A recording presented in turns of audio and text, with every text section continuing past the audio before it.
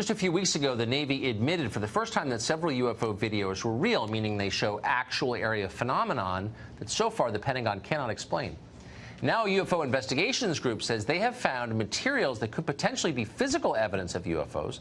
Luis Elizondo is Director of Special Programs at the To the Stars Academy of Arts and Science. He also headed the Pentagon's Office for Investigating UFO Incidents, and is the star of the History Channel's Unidentified. He joins us tonight. Luis, thanks so much for coming on. So, thank you for having me. What is this material, and why could it shed light on the question of what UFOs might be? Sure. Well, our company over the last year and a half has actually obtained quite a bit of material. And let me first preface by saying some of that material, its provenance is frankly hearsay, while the provenance of some of this material has been substantiated.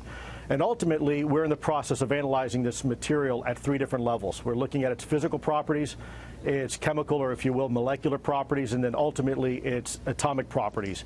And it's really at that point we'll be able to make some sort of definitive conclusion, keeping in mind that we still have to follow the scientific process and methods, and at the same time have peer review. So it's not just as simple as coming out and saying, hey, look what we found.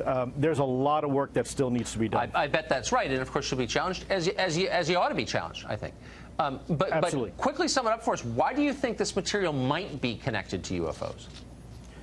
Well, without getting into a lot of detail right now, because frankly, it's too speculative for me at this point to say why I think something. At the end of the day, it's going to be what the analysis tells us. And if you have, for example, interesting isotopic ratios that are not normally found, let's say, on this planet, then you have to scratch your head and either A, it's been engineered that way, or B, it came from somewhere else. And ultimately, that's what we're trying to find out. So these are materials brought to you by people who say this is at the site of a UFO incident or a crash?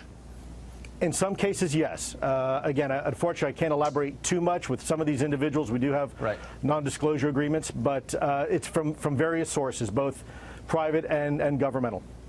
It goes without saying, I hope that you'll come back as you get to the bottom of this. We remain skeptical but open-minded on this and all things. Luis, great to see you today. Thank you so much. Me. Of course. Absolutely. Thank you.